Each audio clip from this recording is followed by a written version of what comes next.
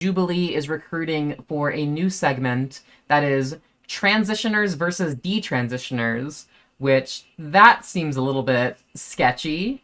I I think that framing it as a versus between, trans people and detransitioning people is the most ridiculous framing that I can ever imagine.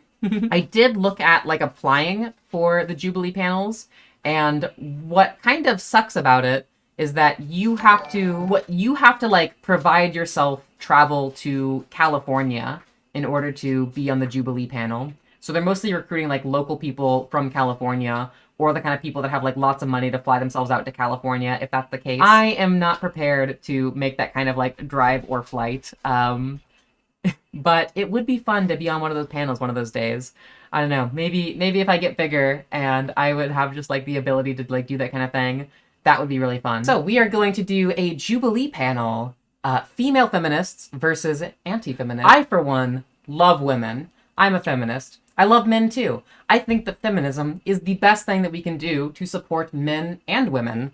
These systems of gender and gender roles and expecting people to behave a certain way based on their gender, it harms both men and women. And addressing that through feminism is an awesome thing that we can do. I want to review this Jubilee panel where we can see, do women like women?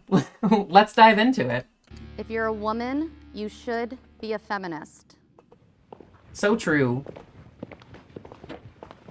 I think the concept of anti-feminism is counterintuitive as a woman. Everyone should want equality of sexes, Everyone should want to have the same education level, the same all these things in a position and still make as much as a person who identifies as male. In this society, we have to be feminists as women because there's certain things going on where our rights are being stripped away, and Black women, Black trans women are more likely to be murdered and attacked, and that's absolutely a feminist issue, and that's something that everyone should care about. Everyone of any gender expression, men included, should be feminists. I think there are different. I really like, just off the bat, how they are jumping into feminism's for everyone. We're looking at equality of the sexes, equality of the genders. That is the main goal of feminism. So much when you see, more conservative takes on gender, they very much have this idea that feminism is about having women gain at the expense of men. But rather what we're trying to point out is that this is a false dichotomy, which people who are conservative either just don't understand feminism, or they're trying to lie to you about feminism, where what feminism is really about is it's about helping everyone. The system of gender we have, it hurts women, and it also hurts men, although it hurts them for very different reasons.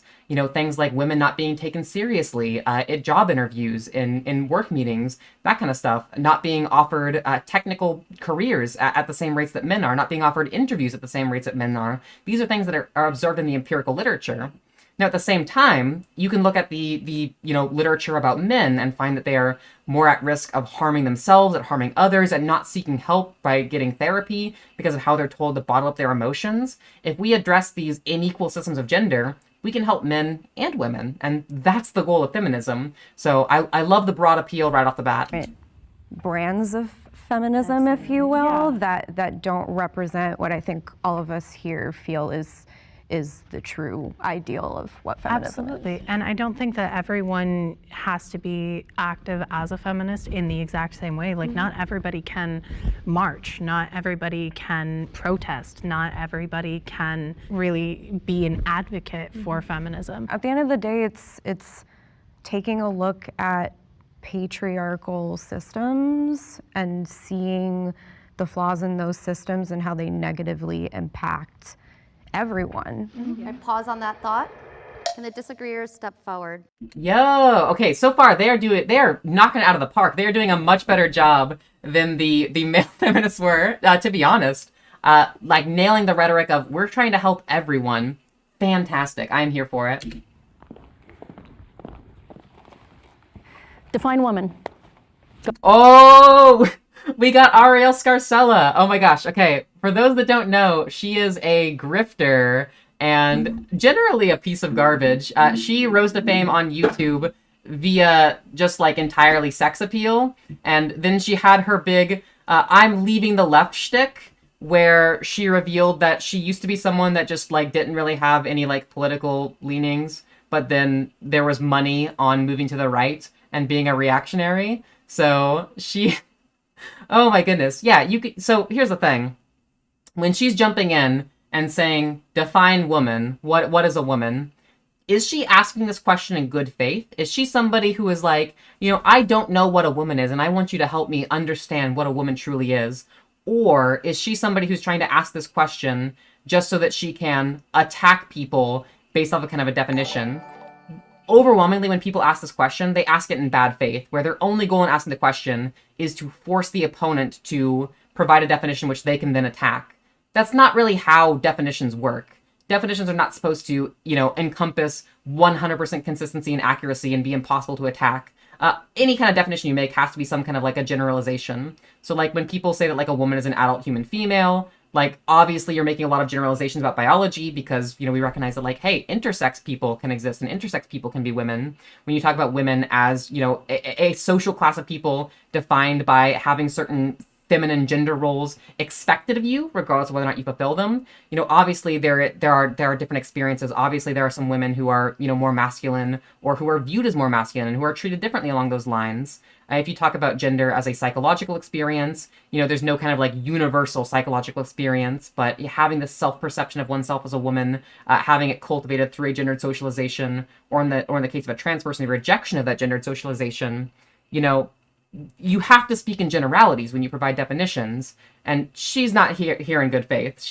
That is frustrating, but we will see how they deal with this bad faith actor. Go, please. One of you. A person who their internal idea of what they are. No, I love that. That's how you can tell she's not acting in good faith. She's like, can you provide me a definition of a woman? And this person is like, here, I'm going to give you a definition of a woman. And she interrupts her to say no. She's not trying to listen. She's not trying to understand. What a piece of garbage. Oh my goodness. Is a woman. Terrible definition. Coming from a lesbian, that destroys the very concept of our sexual orientation. The other thing that you need to know about Ariel Skalstella is that she is the type who's going to like weaponize her identity as a lesbian whenever convenient. Like that's her political goal first and foremost, is playing the lesbian identity politics. And it is so frustrating. And just saying that it's an But idea. Why? Why? Because you can't be connected and sexually attracted to somebody's brain. Let's make sure to keep it to the prompt. If you're a woman, you should be a feminist. Why do y'all disagree with that? Okay. She knows she was going off prompt. Oh my goodness. What a bad faith piece of garbage. But here's the thing. You can absolutely be attracted to somebody's brain. There are people that are attracted to people's personality. Have you ever met someone and at first you weren't necessarily too physically attracted to them, but then once you got to know them, you found that they're a really interesting person, that you have all these similar likes and aspirations, and that you're a lot more similar than you thought, and that through the process of understanding who they are as a person, who they are as a living, thinking brain, that you grow to be attracted to them. You can absolutely be attracted to somebody for who their brain makes them. So even if we're going to engage with her argument, it's completely ridiculous. I completely disagree. Exactly 2 years ago, if I had done this, I probably would be a feminist. But then I started to look at, and I think the agreeers actually mentioned this, what do Black women gain from feminism? Because I remember even during Black Lives Matter, when I led 2 protests for Black women, and I counted how many white women I saw there, and the ones who were there who were just there to take pictures for social media, and then the Black men also hiding behind us. Everyone, the whole world hides behind Black women. Enough. Same thing that's happening. Look what's happening in Iran. So is her argument that because some people are performatively feminist and not genuinely feminist, that you should be anti-feminist? That's kind of like a ridiculous claim. There are certainly people out there who, performatively make claims about how, I like trans people, I love trans people, and I'm just going to do everything to support trans people and take pictures with trans people to show that I'm such a trans ally. And, while you can certainly criticize them for being performative and for not caring about these issues other than trying to put on this aesthetic of being progressive, those are absolutely valid criticisms. That doesn't mean that we should just like, you know, go against the existence of trans people or go against the existence of feminism. So I don't see how that's an argument against the notion of feminism. That's an argument against the notion of performativity, which I agree, but I'd like to see her make the connection to why that means we should not support feminism anymore. Iran. People on the feminist side right now are not speaking up for those Iranian women. I have a friend that is trans woman living in Iran right now. It's miserable. Nobody stands up for that poor girl. As a woman, I particularly think So does she genuinely think that feminists don't support women in Iran? Because any feminist I know would absolutely support women in Iran. And, you know, if you're going to make a critique about how kind of like the culture war discourse really puts the current thing to the front of the discourse, and it's hard to keep things, you know, going in the discourse for extended periods of time, I think that's a fair criticism of the media system we have. That's not a criticism of feminism, because feminists support Iranian women. Humanist. For example, 2 years ago, I was a raging feminist. So like every criticism that they've had so far have been criticisms of things that have nothing to do with feminism, or things that are like completely to the side of feminism. So they've criticized performativity. That's a valid criticism, not a criticism of feminism. They've criticized how media focuses our attention on forefront culture war topics. Yes, that is something that is bad and is worth criticism. That's not a criticism of feminism. And I made a decision to pivot my platform, teach Black women how to sit in our feminine energy, because we've never experienced that. Well, that just sounds like Black feminism to me, teaching women how to do that in the time that we are in now. But we're not learning fast enough. We deserve to rest, we deserve to relax, we deserve to choose if we want to be a traditional wife. I went from law to being a CEO to now I just want to be a housewife. And every time I say that, I get so much hate. Like, women work so hard. Who is hating on women that want to be housewives? I genuinely don't see that. Like, the whole point of feminism is for equality and for choice. It's not, like, housewifery isn't the problem. The problem, especially the ones that kind of like the older feminists were critiquing, was that women were often forced into housewifery, where it was, you know, because women couldn't open a bank account, because women couldn't own a credit card, they were financially dependent on marrying a man, and so they were forced into this position of housewifery.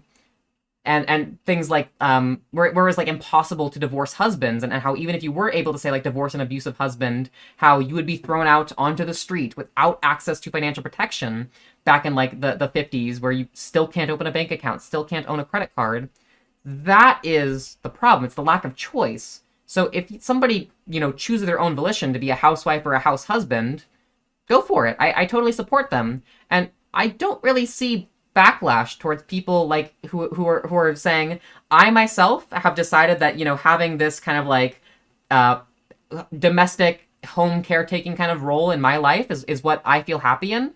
And this is my own personal choice. I'm not saying that like everybody has to do this or that, you know, everybody should be forced to do this, but this is just like what I want to do. I really don't see like backlash to those kind of people. So I wonder where this backlash she's talking about is coming from.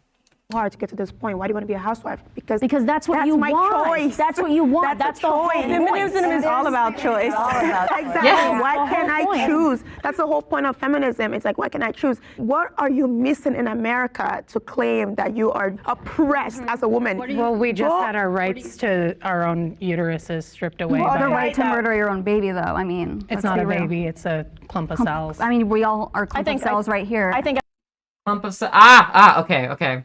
So definitely like the abortion one is the one you can go into, although if you go into it, it's a bit of a dangerous territory because you're going to get those snappy right-wing retorts of, oh, freedom to murder a baby?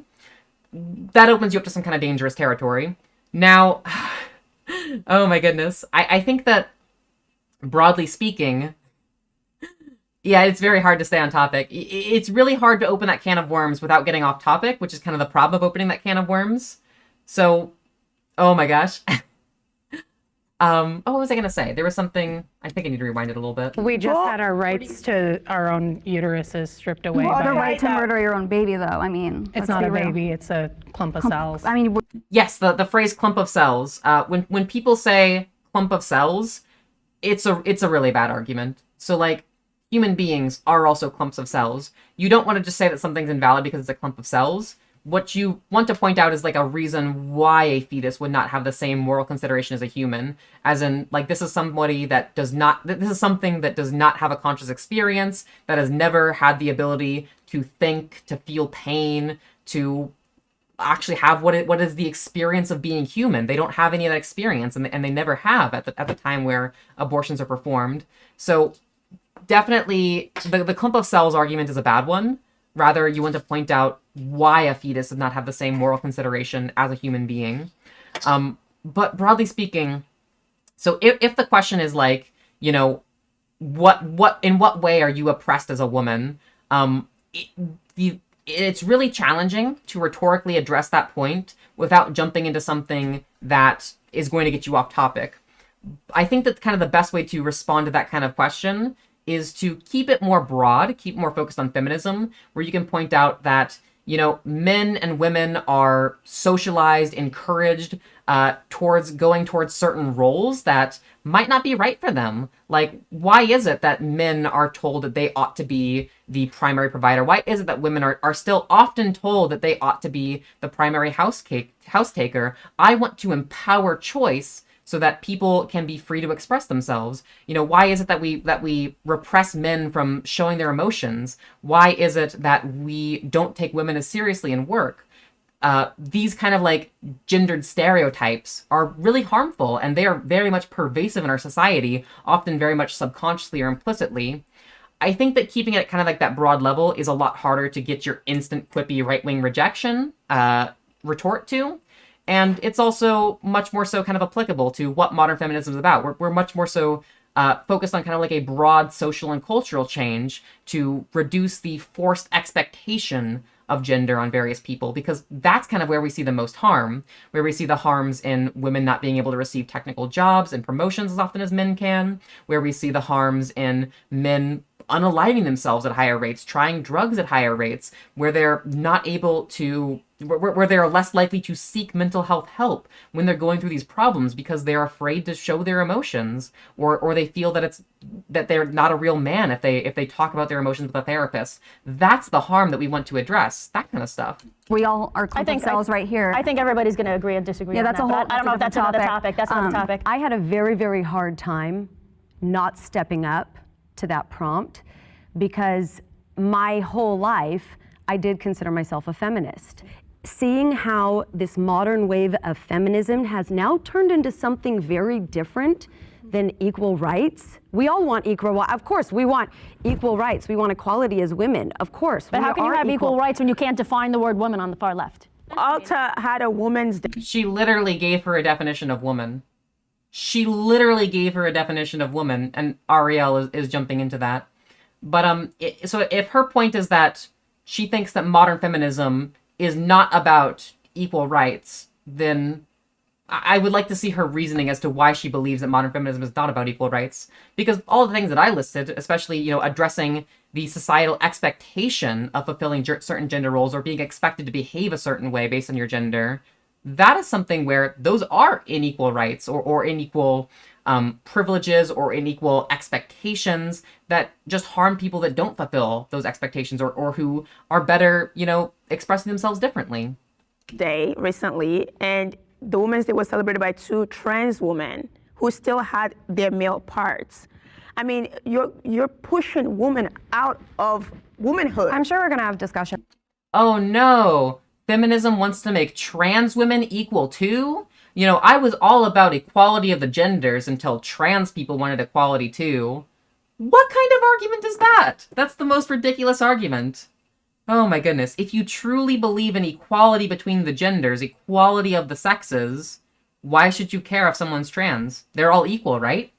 If you truly are that upset about trans people, then you don't think that the genders and the sexes are equal. Let's be honest. About whether or not a trans woman is a woman, but I actually want to go back to how we feel that our ideal of feminism is probably not the way that you four think of feminism. I'm willing. Oh my gosh, Alexa is on point. Okay, I have to say, Alexa did a very good job on kind of like the intro, and now now she's going into the idea that when right-wingers, when reactionaries think of feminism, they're not thinking of the same thing that people on the left are.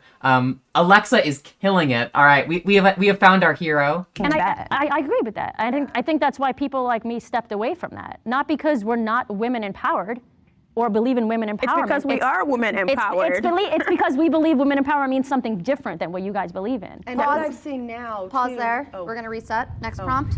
There. What? I think it's really important to ask them, what do you see as women in power? Like on the conservative side, what do you see as women in power? I don't think they're going to have a good answer for that. Or if they do provide an answer, it's going to be something that is feminist. Like, the one woman was talking about, women should be able to have the choice as to whether or not they want to be a housewife or whether or not they want to pursue a career or whatnot. That's the feminist take. If that's their view of empowering women, then they would be feminist under the view of feminism that the left has. There's no wrong reason to get an abortion. All right. The framing of this question is awful. I really dislike the framing of this question. I don't know. I think that, if somebody's, getting an abortion for an abortion's sake, that doesn't seem like a really good thing to do. But I don't think that people are just getting an abortion just to say, I had an abortion. It's not an achievement unlock that, people are going out there trying to hit the abortion achievement. That's why I think that the framing of this question is terrible. If you are making a health decision between you and a medical professional that is the right decision for you, your body, your future, it is always the right decision. I would never stand between anyone with a uterus from making a decision about their body. No, yeah, they're like, you can do it. You can have this health. You can have this health care if you are a victim of incest or a victim of rape. It's like you should be able to have access to that. What if you want it? It's about it's the same as going into the doctor and getting a routine check. If there's something for your body that you think will, not just benefit you, but help you live and also help you sustain an actual good life for your child, then that's what you need to do. And financial is a huge thing too. It is a huge thing. It's an extremely huge financial responsibility to have a kid, and some people just don't have that means. I agree. I think that they're doing mostly an okay job. I think it would have been a little bit better to hit on the bodily autonomy argument a little bit stronger, where it's ultimately, I think that people should have complete autonomy over their own body, and it's just unfair to require somebody to give up their bodily autonomy for another human being or another fetus without their express consent for doing so. If you were hooked up to somebody and they required your nutrients to survive, I don't think that you should be forced to be hooked up to them for 9 months just so that they can survive. It's a tough decision ultimately, but we consistently value bodily autonomy as a society. We do not harvest people's organs without their consent. You have to consent to being an organ donor. And for similar reasons, I think that you should have to consent to carrying a child to term. Carrying a fetus to term, but even if you view the fetus as equivalent to a child, I think that you should have to have consent for that. Agree and disagree. I'm definitely pro-choice. I'm probably the only anti-feminist that's pro-choice. Being pro-choice, pro-abortion is actually very common. It's like 78% of Americans. Okay, so Don't say pro-abortion. Please don't say pro-abortion. No, I don't think anybody is pro-abortion. I know that right-wingers like to abuse that term to say that the left wants people to abort fetuses en masse or whatever. But no, it's pro-choice. It's about bodily autonomy. That's the thing that we're valuing. Much like how we value the bodily autonomy to let people choose whether or not they're going to donate their organs so that other people can survive. We value people's bodily autonomy to whether or not they're going to donate their uterus, donate all of the, physical changes and all the potential complications that can endure to carry a fetus and then give birth to a child. It's about consent. It's about bodily autonomy. And that's why I really dislike the phrase pro-abortion. So there's actually many people who are in your category. Yeah, to me, it makes sense in certain circumstances. I don't think people should be using abortion as a form of birth control. I think, to me, abortion's, believe it or not even the issue we need to be talking about right now. I feel like we need to be talking about how to properly educate people, no matter what their status is, no matter what their sexual orientation, whatever. And we need to go from there. Well, it seems we have a broken clock moment because sex education is absolutely the best thing you can do as far as like reducing abortion. If you're somebody who is like, kind of uncomfy with the idea of abortion, you want to reduce abortion, the best thing you can do to reduce the rates at which abortions happen, it's not to ban abortion because that doesn't get rid of the abortions that are actually happening. That just gets rid of the safe abortions that are performed in hospitals and clinics. People will still be having back alley coat hanger abortions and causing more harm to themselves and to potential fetuses.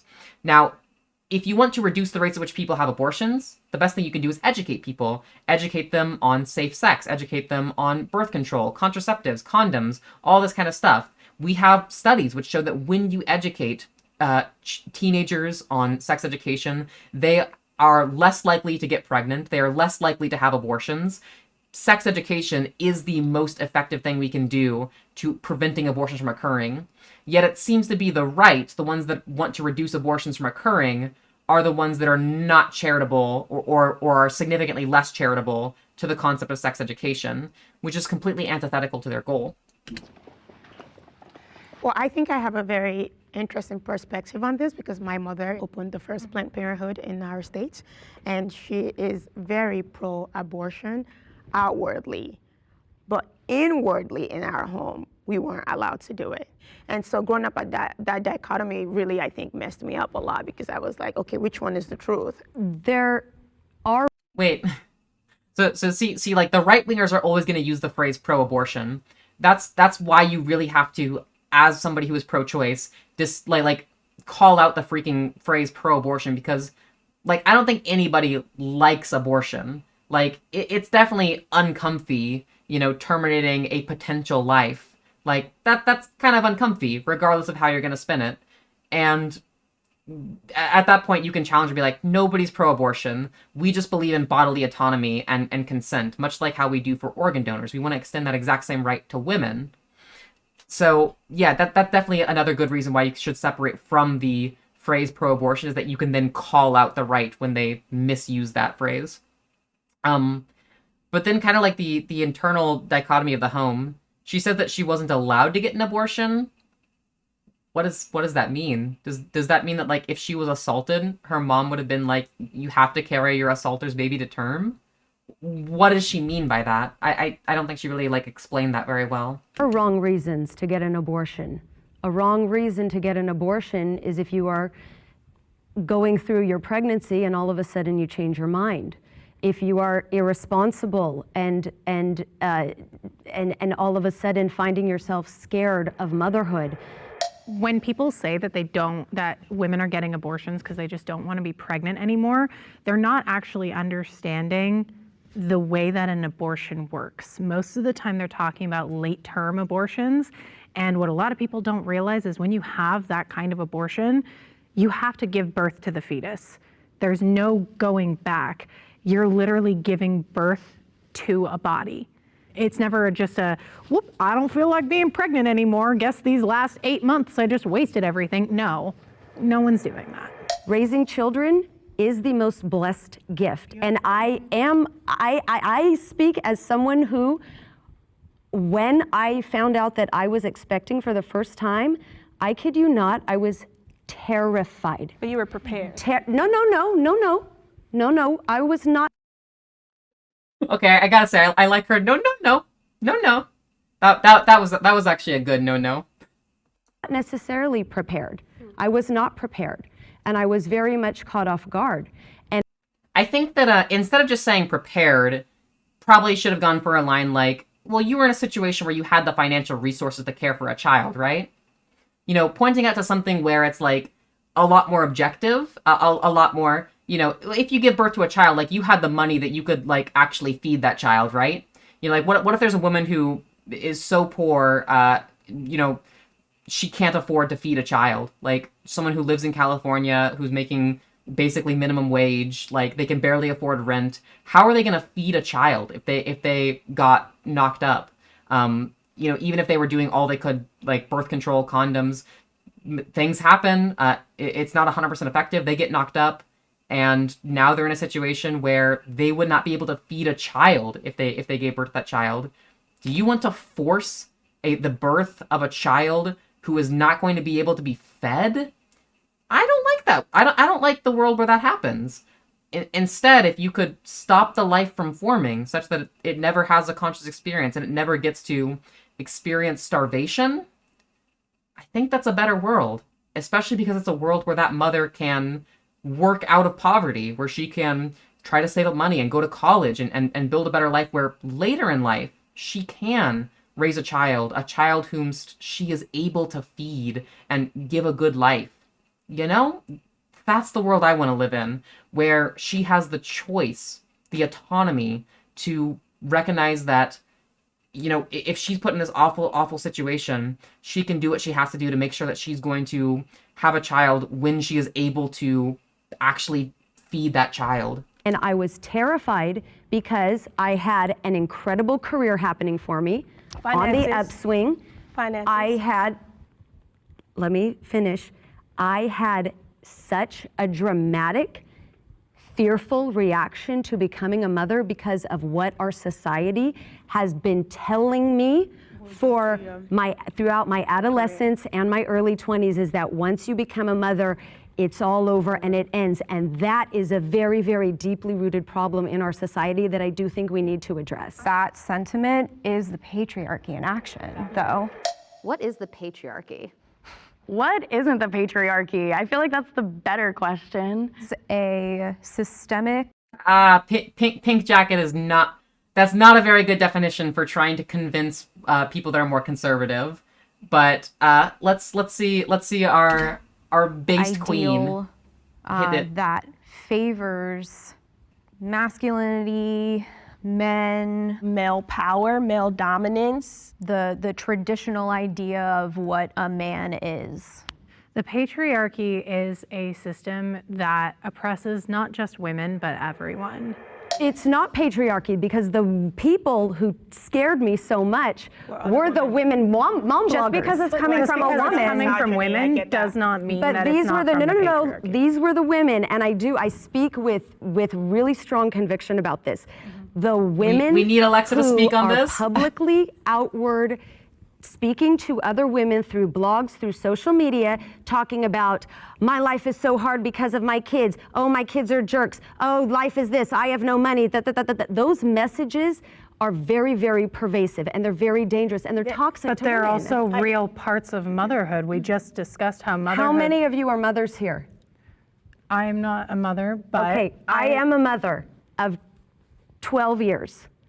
And I know all of the very, very hard parts of motherhood. And I just wish, as someone who has actually, as the only person here who has gone through this motherhood experience, I, from the bottom of my heart, wish that the positive aspects of motherhood supersede all of the hard stuff. Let's get back on prompt again. There's no wrong reason to get an abortion. Isabella, I wanna- I want to hear from Isabella. There's been so many points I want to talk about. talk about Candace. Oh, they're not even gonna let Alexa speak on it. Dang. Yeah, so her entire argument boils down to identity politics, the idea that, you know, her as a mother, she would know better about motherhood than anybody else. And, you know, I think that, you know, absolutely she has that experience, and that learning from that lived experience as a mother is a good thing to do. And I think that she does bring up actually a very interesting point about how there's a lot of social media pressure on people who are, you know, talking about how much they dislike their kids and how much they dislike what having children has done to kind of their living situation. And that's a really sad thing. That's something which we can address as a society, as a economic system, particularly through socioeconomic reform.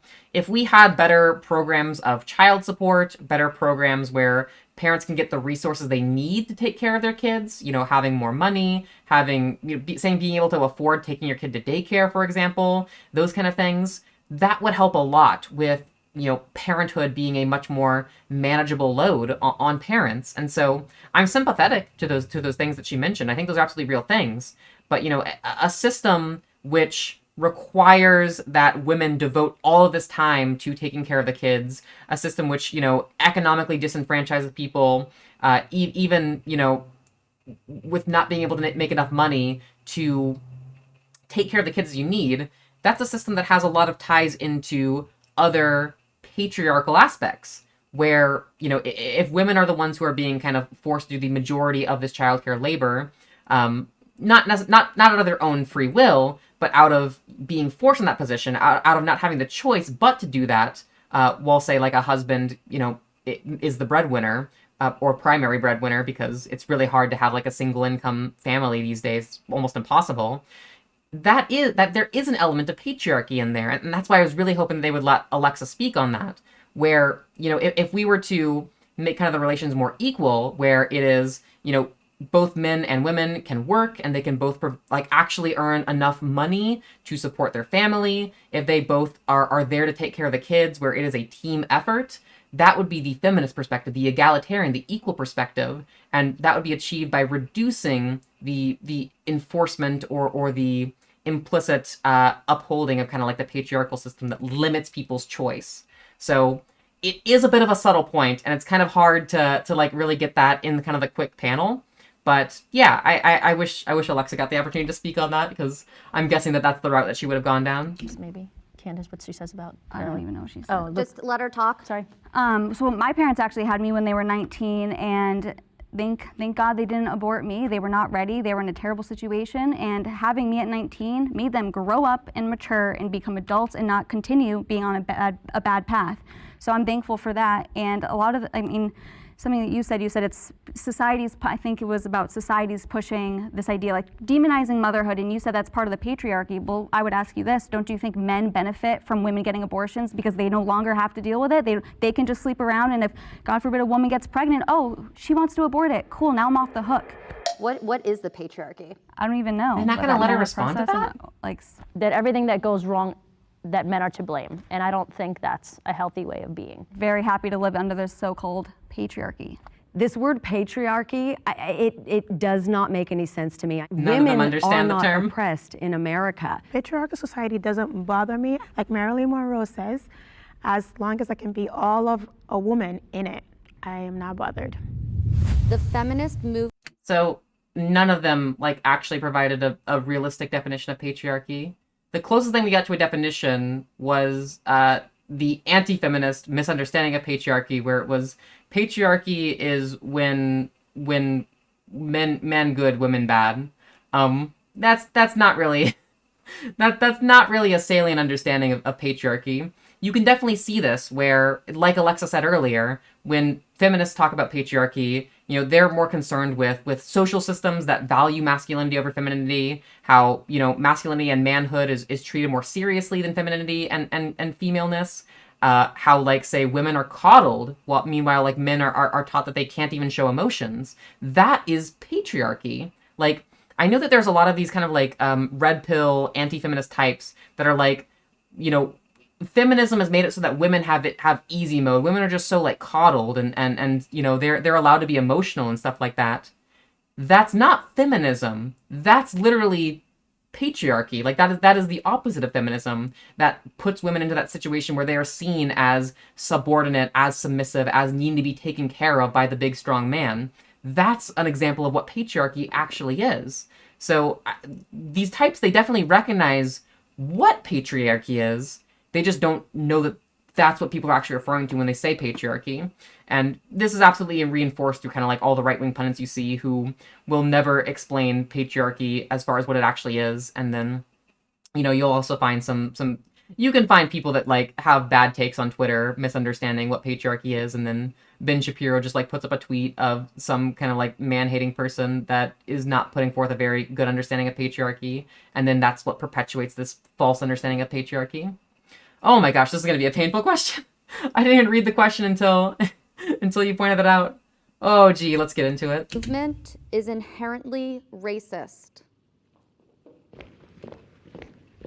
The feminist movement does not benefit POC in any shape or form. It especially does not benefit Black women. And the darker your skin is, the more you are used. I call us Black women as the bullets for the feminist movement. If we're talking historically, if we're talking how feminist movements started, it was an exclusionary movement. Absolutely. If we go back to the suffragettes or even further, Black women were not allowed to join in that effort because they really weren't fighting for Black women. Until we were used as bullets. Right. If we're not being used, we can't be part of the movement. They did use Black women. They used Black women's efforts because most of the most achievements that feminism, you're right, like most of the achievements of feminism have been done by Black women, and white women have stepped in and taken the credit Absolutely. for like people who do identify as feminists, especially those of us who are white. I think the most important thing for us to do is to sit down, shut up, and listen to Black women. I dislike the framing of inherently racist because essentially what you want to talk about is intersectional feminism. Intersectional feminism would be the branch of feminism which recognizes that, hey, women are absolutely, marginalized in certain ways by these kind of like traditionalist patriarchal elements which also marginalize men, by the way. But recognizing that we are a collection of intersecting identities, where if you are a woman versus a man will have certain effects, but it also intersects with being like white and black. Like a Black man versus a Black woman will have some different experiences, but they'll also have some common experiences. You can add in other identities, like being lower class versus upper class, cisgender versus transgender.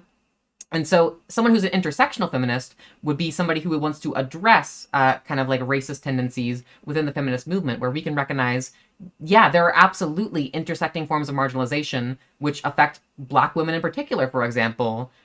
Just like they mentioned how, being used as the lauded voices and then, bullets to take the blame for things. That's absolutely something that especially older racist feminist movements of the past have done. But we can move forward with this intersectional feminism, which recognizes that, hey, there are these gender-based forms of oppression, there are these racial-based forms of oppression, and they can intersect in unique ways. And we want to holistically address all of these forms of unjust hierarchy, where why is it that like white people are favored over Black people in terms of like socioeconomic outcomes? Why is it that men are favored over women in terms of socioeconomic outcomes? Obviously, you're speaking in generalities, but addressing all of these holistically, that is the aim of an intersectional feminist. And so, because intersectional feminism exists, I don't think you can say that the feminist movement is inherently racist, but, there's a lot of racism in especially the older waves of feminism. As a Black woman who identifies as a feminist, my work centers Black women. So to say that, of course, like white women were able to vote before Black women, like the feminist movement was inherently racist, but how I live my life and the way that the community that I've built around myself of Black feminists, we see. But why label it feminism? Well, you can label it whatever you want, but helping other Black women. I affirm you, and I see that the semantics. Helping other Black women? Doesn't that sound like Black feminism?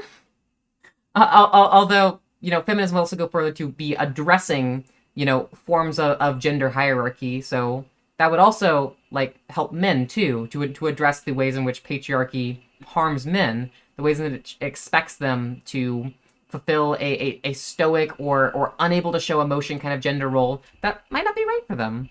So if you want to help women achieve equality, and especially Black women, that sounds like a Black feminist to me. Makes you uncomfortable because feminism was racist, but it is still racist. But you're not racist. So if you are not racist and you have issues that you want to be working towards for Black women, that doesn't mean that you're inherently being racist or helping. Oh my gosh, she should ask her, do you think that I am racist? As a Black feminist, do you think that I am racist? Because I don't think that she is going to, on the Jubilee panel, call another Black woman racist. And at that point, she can be like, okay, so you agree that I am not racist, and I am a Black feminist, therefore, the feminist movement is not inherently racist. I think that would actually be a really effective argument on this panel. Helping white women. I think feminism exists on a spectrum. We're talking about semantics, we're talking about terms. They evolve and they change. Ideologies change. Right. And I think that feminism is evolving and changing. And I think it's because of the work of people like you. And so that's why I can confidently say. It's evolving. It's not evolving. I think it's devolving. I think third wave feminism, by all accounts, I see, you know, again, have a very powerful Black mother, a very feminist Black mother. And I mean, no one wants to say they did life wrong, but she's saying, man, I wish I could have taken care of myself. I wish I could have done this. I love how you get your hair done and you go get makeup done and you're so, and she says it. Is her idea of feminism, as in feminism means you can't get your hair done? What? How does that make any sense? Feminists can get their hair done? Feminists also want men to be able to get their hair done. That's what equality is about. You know, like she wasn't there in the household to raise us, like back to motherhood, because she was gone fighting every single day for women's rights to come home and be exhausted by the time she gets home. And we never got to have a mother, you know. When I scroll my own... Well, if your complaint is that, you know, kind of the world we live in requires people to devote themselves entirely to career in order to be effective in their career, you're taking an issue with capitalism, not with feminism. That's within the economic system we live, people have to devote themselves so much to their career, to, you know, kind of their own personal aspirations, such that there is this weaponization of burnout, such that when you are working 40 plus hours a week, and you know, even if you're trying to do like activist work on the side along that, that is exhausting, and that makes it even harder to take care of a family. You know, if the economic situation of the world was improved such that it was easier to have enough resources to take care of a family simply because corporations would pay you more for your work, simply because they would allow you to simultaneously work, receive a living wage, and also have time to have a family, to pursue aspirations of your own. In that world, there would be no tension between her wanting to be active as a feminist and raising her child. So if the critique is that I wanted my mom to be able to like be in the home and take care of me more, you're critiquing the capitalist system that we have here, the capitalist system which requires so much devotion just to be able to afford to live. It's not a critique of feminism. Every single time they critique something, they're critiquing something other than feminism. That's the frustrating thing here. Social media feed, I rarely see a powerful woman highlighted who is not an ethnicity. Yes. No. It's true. They're using them as pawns. They're using them as pawns. Oh, 100%. A lot of big brands. Once again, they're critiquing performativity and tokenization, not feminism. All of their critiques are not about feminism. Are now hopping on this, you know, modern feminism bandwagon, which I don't agree with what modern feminism is. So it seems to me that their idea of modern feminism is feminism is tokenization, is performativity, is saying, don't take care of your family, instead be a feminist and have a job. But none of that is like what feminism as an actual movement stands for. Like, people who are hardcore feminists are opposed to performativity. Like, it hurts the movement and it doesn't really do anything. People who are hardcore feminists are opposed to people that are not able to take care of their family because they are not even given the economic resources they need to survive. All of these things that they're critiquing are things that feminists also critique. They just don't understand what feminism is. I don't think I've ever seen, like, in these kind of debates, somebody who takes the anti-feminist stance that actually understands what feminism is. It's always the problem of them not understanding what feminism actually is, or them pointing out a problem that is something that is not feminism. Also, thank you so much for the subscription, Comrade Finn. I really appreciate that. But a lot of brands now, and I'll just say, you know, a big brand that comes to mind is Dove. Diversity is always a good thing. However, for years have not seen any kind of a ad campaign from the brand Dove speaking to women's empowerment that includes a woman that looks like us. What modern Is her idea of feminism is when Dove puts a black woman on the soap ad? Is that really her idea of feminism? Oh my goodness. Is this the state of discourse? Feminism is not about putting a black woman on a soap ad. That's not what feminism is about. Feminism is about addressing unequal gender relations, how men are taught that they have to be strong and independent, that they can't show any emotion whatsoever, that women are taught that they're, meant to be weak and submissive and subordinate, and that they are discouraged from pursuing technical careers, and that they are discriminated against in terms of interviews and promotions and jobs with technical careers especially, and that this is empirically demonstrated in the literature, even when controlling for factors related to experience, all that kind of stuff. Feminism is about addressing those kinds of inequalities. It's not about the color of people that appear in soap ads. That's just like corporate corporate virtue signaling. That has nothing to do with feminism. This is so frustrating. Feminism today is lacking, I think, is genuine respect for diversity of opinion for all women. If you felt modern day feminism didn't hijack all points of view of women, that you would still identify as a feminist? Yes. Yes. Well, I mean, the entire time everyone was talking, all I was thinking was, wow, I'm so sick of all these labels and all these different intersections. And these days there's more intersections than genders. And I'm just like, all these identity politics groups, we're just pitting each other against each other. Race keeps getting brought up. I know it's brought up in the prompt for this one, but in every single other one. And I don't even think about this. I don't even think that I'm not being represented even in ads. I don't care. It just does. I don't. I'm sure. It's pretty easy for you to not care when you're white. Like, when you're the majority group, it's pretty easy for you to not care about representation because you will be represented just like even walking through society. Like, you go outside as a white person, you're represented. Most people are white. That's a really bad take. Like, the point of representation is that for lots of people, especially like black kids, indigenous kids, if they watch a cartoon, are they gonna see themselves represented in the characters? It's a lot less likely for that to be the case. And seeing a character that you can really relate to, seeing people that look like you presented on TV, it can actually do a lot for people developing, like idols and heroes and seeing themselves in the characters that they like. And just having a diversity of different people shown in TV, movies, that kind of thing, it's shown to help reduce the kind of like implicit biases which people form for like in-group versus out-group. So it helps everybody to have this kind of representation. But this definitely goes to show how when you are majority represented, it's very easy to not care about representation. And I really hope they hammer her on that. I am me. I'm sure you don't care. You don't have to care. Thank you for letting me know that. Feminists always know best for me. That's what I've noticed. It's a trend. But. I mean, I'm just pointing out that you are a privileged white woman who has not had to see the lack of diversity. When we step into a room filled with other white people, we don't notice that it's other white people. But when women of color have stepped into rooms and they see that it's just a bunch of other white people. Also, intersectionality is not just about diversity, and it's certainly not about diversity in ad campaigns. It's about how poor women can't afford to drive to another state to get an abortion, but rich women can.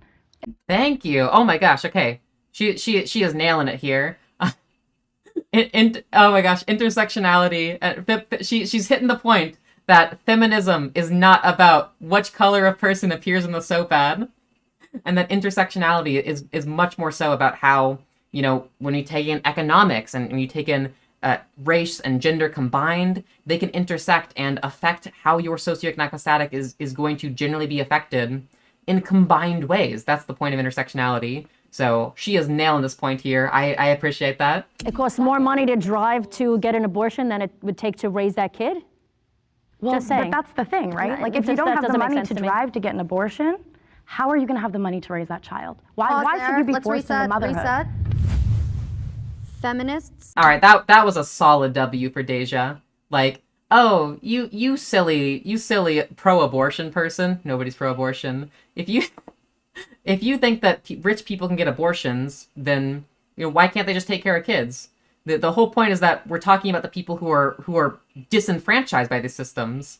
And if you cannot afford to drive across the state to get an abortion, how are you going to feed a child? That's like, Ariella demonstrated the value of intersectionality right in front of the whole audience, and that's a solid W for Deja. Don't appreciate all that men do for society. mean, I've got a lot to say about this. I mean, feminists just demonize men. They hate men. All men are trash. They say they hate men while simultaneously trying to become men. They hate them for having... Oh my goodness. All right, we got a lot of talking points to sort through. Oh, thank you for this description. I really appreciate that. So, I want to be clear. There is a difference between feminism and misandry. And if your entire view of feminism is that feminism is just misandry, you don't know what feminism is. Also, the idea that feminists just want to become men, that's also definitely a big stereotype that, like, there are certainly some feminists out there that, you know, they desire to be, like, more androgynous, but, like, why should you police if somebody wants to be androgynous? Like, that's weird to me. Oh my gosh. All right, let's hear some more crazy talking points. Tower and the patriarchy, so they're trying to overtake it. But a lot of women will talk about rape culture. But guess what? Guess who's going to protect you from bad people? A man. Women are nurturers. We need men. It's as simple as that. It's a God-given right for men to exist the way they were assigned to exist. Oh no. Okay, so women need men because men can protect them from danger? I mean, like, you can own a gun. You can buy pepper spray. I don't think that, like, your physical safety is dependent on a man. Also, if we're going to talk about them saying women need men because... Oh, okay, this point's really good. Women need men because men will protect women from danger.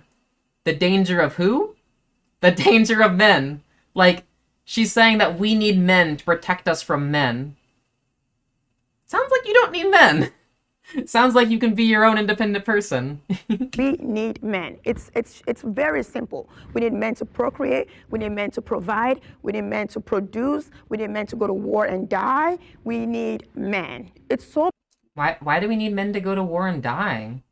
I don't think we need to go to war and die. I think that it'd be good to generally avoid going to war and dying. Yikes. Oh my goodness. Also kind of insinuating that, like, women can't serve in the military. She said that she was pro-equality, right? I don't think she knows what equality is. So bad now that men they're so scared of us. They're terrified all the time. I go on dates with men and they're like, am I allowed to open the door? Can I not open the door? Can I touch it? Can I pull the chair out? What can I do? And they're shaking, they're sweating. And you're just like, be yourself. Just, it's okay. You like, they're so afraid of doing anything wrong. So much so they're now the most lonely demographic in the world, right? Like, they straight white men. I heard. Why do you think that men are so afraid to do something perceived as wrong?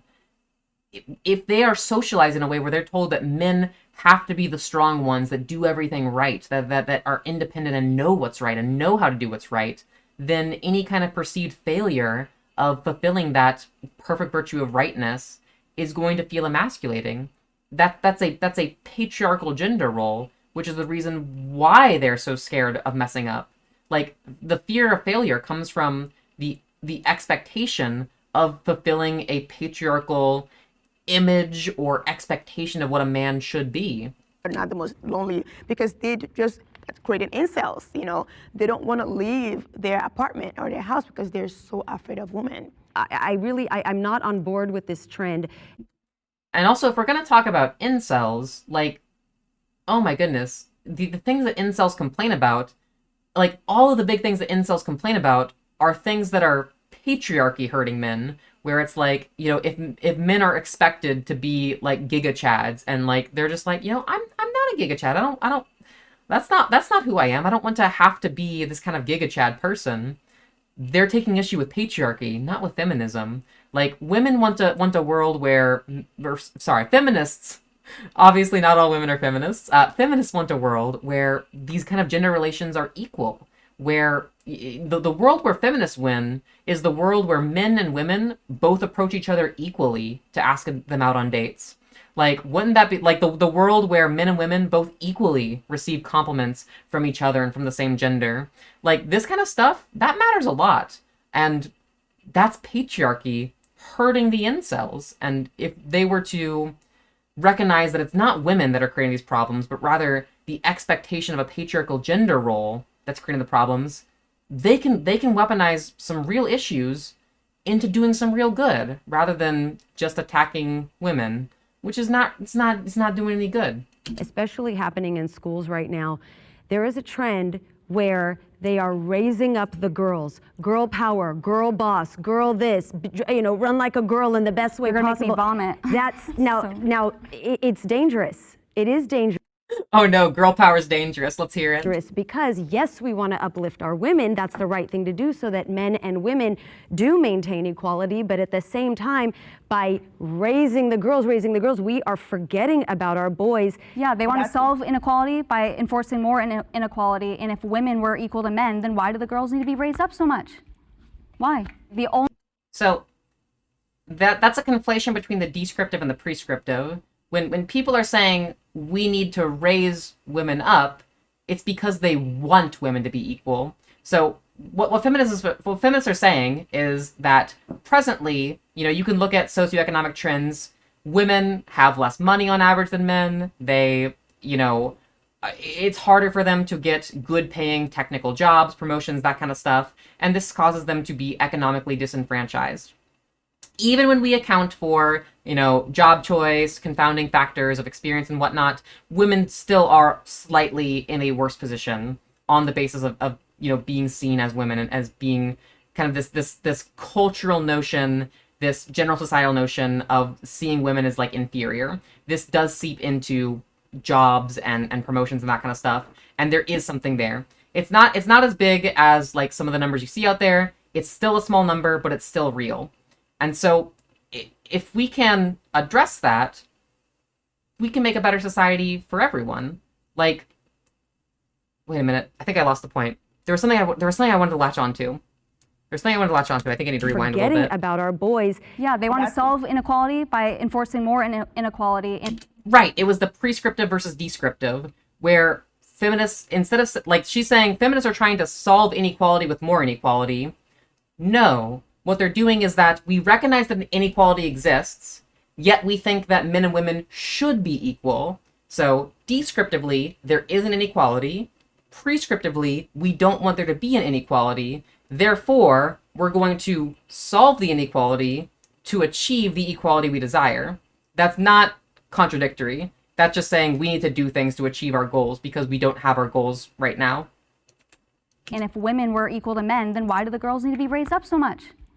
Why? The only men that feminists like are men dressing as women and dominating their sports and just really reversing what the other waves of feminism fought to do. Have fun with men beating you in your sports, women, because guess what? You're not going to beat them. Have fun. I never even felt unequal. Wait, does she think that first and second wave feminism was about women getting their own sports leagues? That's not what those waves of feminism was about. The first wave of feminism was much more so about the right to vote and suffrage. The second wave of feminism was much more so about particularly like being able to have a job, like have a career, not to be like entirely financially, economically dependent on men. It's not about having like your own sports team. That's not what first or second wave feminism was about. So once again, just doesn't understand feminism. So I don't even know what the problem is. I feel like a lot of people just want to have a reason to be upset and outraged. I also just don't identify with all these identity politics groups. Wait, people just want to have a reason to be upset and outraged, like you're doing about trans people? What? Because they're being pit against each other, separating all these different people by race, class, gender, everything, sexual orientation. That's what you're doing. When you're just coming out of here attacking trans people when it has nothing to do with the question, that's what you're doing. And I look at people as individuals. All right, on that note, let's have the disagreeers step forward.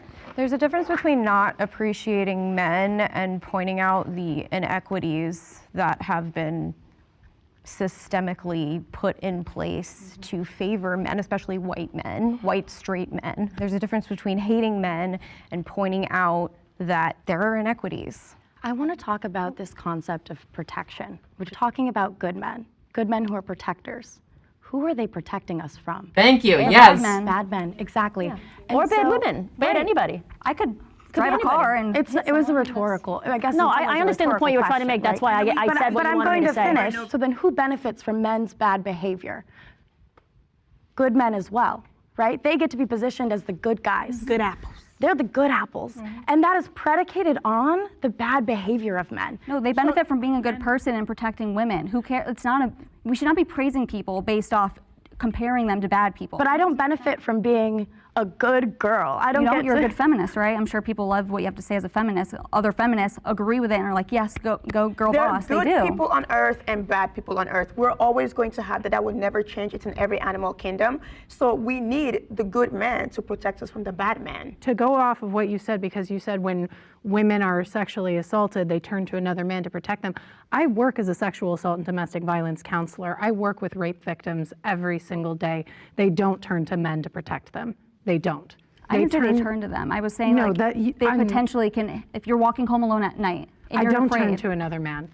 I don't. I turn to other women. Yeah, I appreciate men that, like, I love a man that knows his place. Build the house. Yeah, repair that. Because I'm a goddess. Like, if you need to hold your weight in the relationship. Like, I appreciate men. I love men. Like, you know, just like you said, you know, you have a husband, you want to cook for your husband, you make sure that he's good. Men have roles in society as well. Feminist is anything you want it to be. As a woman, I am promiscuous because I'm a feminist, but you can also be conservative because I'm a feminist. Modern. I'm not sure if I'm too much of a fan of her rhetorical approach. I think that it'd probably be better to focus on kind of like a broad view of like feminism is about choice. It's about empowering people to choose the path that's right for them, you know, regardless of what society expects they ought to be. Yeah, I'm not a big fan of this rhetorical framing. Feminism is about you and what you make it and not what someone 60 years ago said it was. But I don't praise men because they aren't raping. Like, you know, that's... I agree with everything you just said. You're agreeing with us. I agree with you fully. The same exact thing. Like, yeah, that's but I actually the disagree with the movement. prompt because I do appreciate men. I don't think that feminists don't appreciate men. I think that's not true. Like the person who taught me to be the feminist that I am was my father. Yeah. My father did not raise me to believe that I was less than because I was a woman. He raised me to understand that I am societally disadvantaged, but he told me that I was going to rise above that. My household, my mom was so strong that my dad became so emasculated that he cannot do anything. He stopped working. He became just like a couch potato, right? While she just went out there and kill it. And we are destroying family, as we know, because look at me. I'm in my 30s. I'm not settled down. I don't have children. I don't have this family unit that I want so terribly, because no matter how hard I tried, that feminism that I was raised with always tend to overshadow my relationship, because in my head I know best, right? Like I know what's right. I know because I saw it growing up. I saw it modeled to me growing up. Like a woman knows everything. We're so powerful. But the We're so idea strong. that men are supposed to be the head of the household, do you understand that that is killing men? That's killing men. It is killing men. Well, let them and die, because we need to Let's get go, they need let's to go back go. to working. The pressure of it, you mean, right? The pressure? of it is destroying their mental health. That's why men are 6 times more likely to commit suicide than women are, especially men in committed relationships. Men in their 40s that are married with families are the highest risk for suicide. But it's killing men because we have generations and generations of boys who were not raised to be men and rise to that occasion. It's killing men because we are not in a position capitalistically where we can have men be the one single head of the household, the bread earner, the decision maker. We are no longer in the 1950s. Our economy is not able to handle that kind of nuclear family with the man being the head of the household. Yeah, also the idea that essentially men are not being socialized into like fulfilling this role. Well, here's the thing. If men weren't socialized into fulfilling this role, they wouldn't be killing themselves for failing to meet that role, right? So they absolutely are socialized towards fulfilling that role. Like, her point doesn't make sense. And yeah, this is a really good W right here. The stay-at-home moms and the 2.5 children. I want to clarify, I'm not a stay-at-home mom. No, I do work, I and so understand. I do have perspective.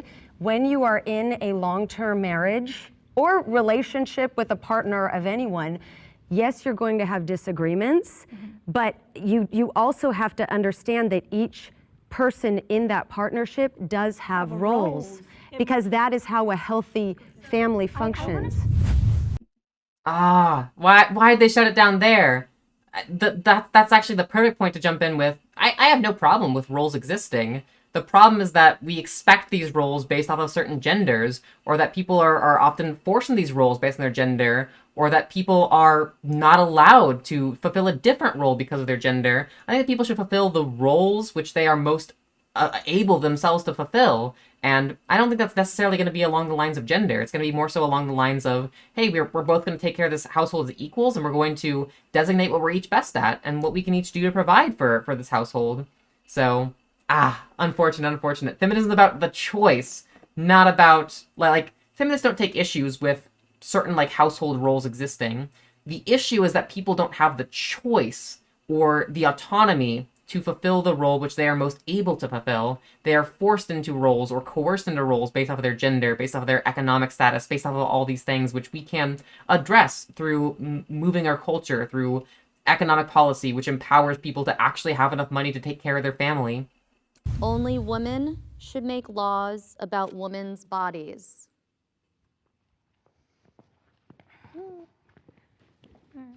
I'm going to add a minor caveat to this and not say that, like, entirely just women should make laws about women's bodies. And I think it's more important that people who are educated on the female body are the people who are allowed to make laws about the female body. Like, we shouldn't have lawmakers making laws stating, oh, abortion is completely illegal, even if it's an ectopic pregnancy, you can reinsert that fetus. No, you're killing people if you make that kind of stupid law. It doesn't mean That's a good qualification. That's a solid W right there. Definitely pointing out that, it's not necessarily like being a woman that makes you able to enact laws, but rather having the education of how women's bodies works and how these things work. It seems pretty important, especially if you're going to make laws that concern medicine. Like, if you're going to override doctors and make regulations that doctors have to follow, you should probably know something about the medicine that these doctors practice. not any of our I think that probably is kind of a very good strategy in these Jubilee panels, where they have very conservative framings of the prompts of the questions, and reframing the prompt to provide a better framing. It's always come out very rhetorically effective when I've seen it done. So yeah, definitely a great point, Hakarino. Rewording the question is a really good approach in these Jubilee panels, I think. male lawmakers can't be involved. And frankly, I think they At need to be a all. little bit more involved. Some of them Thank are you. slacking. Yes. They are letting me down. Yes, And absolutely. I think there are a lot of men who hold a lot of power, who are on our side, who are not doing enough. I want to say it's funny because I think you all spoke for us, because I think you all agreed that everyone should be involved in making these laws. We need men. You see how simple that was? And men can be women these days. Men can't be women if they actively identify as men. That's not a thing. I currently identify as a man. Okay, then you're a man. Congratulations. Thank you. Do you agree that No, you're supposed to call her a liar. That's the point where you're like, I know you're lying to just get your reactionary points. Like, shut the fuck up, stop lying. Like, come on. That's when you gotta call them out. You'd be like, shut the fuck up, stop lying. Everybody knows you're not being genuine right now. It's not cool, it's not funny, it's not quirky. Do better. Like, go full bitchy on her right there. That's when you have the permission to be a total bitch, because it is warranted. these laws that are specific about our bodies, shouldn't the originators of that bill talking about our bodies be women? Answer that? Can y'all? No. I don't think we should think about men versus women. I think we should have intelligent. It's not about men versus women. Of course, men are going to be involved with creating laws and putting laws into place. But when we're talking about the language, when we're talking about verbiage for these laws, shouldn't a woman be, multiple women preferably, be involved? Yeah, be at the forefront of what these laws look like for us. I think it's less about a man versus a woman and more about the way society is now versus 50 years ago. People that I think that you can probably do a little bit better rhetorically just by reframing the question, where you can be like, I think that women have to be involved in these conversations, as in, if we're going to make laws about women's bodies, these laws have to be informed based off of the real lived experience of women. And so that's going to involve talking to women, talking to doctors, figuring out, what we actually know about women. So I think that it's very important to reframe the question a little bit there, just to point out that it's not necessarily just the identity of being a woman that matters for whether or not you can write this law, but rather having the laws informed by the lived experience of women. That's what really matters there. And then you get to avoid the identity politics criticisms as well, because you wouldn't be doing identity politics at that point. That you didn't even vote for, that are spending lifelong terms in Congress and such. That's in the Supreme Court. That's more of an issue to me than worrying about if a man or a woman wrote this law or bill. There's checks and balances to our government, but I wanted to ask you. Yep. See, she's able to get away with a identity politics criticism. By the way, Ariel Scarcella right here is saying, well, you can't do that because of identity politics. Remember in the first prompt when she was like, that completely erases, as a lesbian, that completely erases lesbians. Here's the thing, right-wingers will love to utilize identity politics whenever it's convenient for them, but then they also know how to attack identity politics when it's not convenient for them. She is so hypocritical. She is using the identity politics of being a lesbian to attack trans inclusive feminism, and then now she is saying identity politics is bad, therefore you can't have women writing or women being required to be involved in the writing of, say, abortion laws, for example. That is the two-faced nature of conservatives on identity politics. Something that I think that people should watch out for more when they're kind of watching how conservatives talk about identity politics, because they love to use it themselves despite attacking it whenever it's convenient. I'm a woman, I'm 100% pro-life. Oh, you're a woman now? I identify She's right now. fluid. I'm switching back. Okay, cool. No, very fluid by the hour. But would you be okay with? Call her a bitch.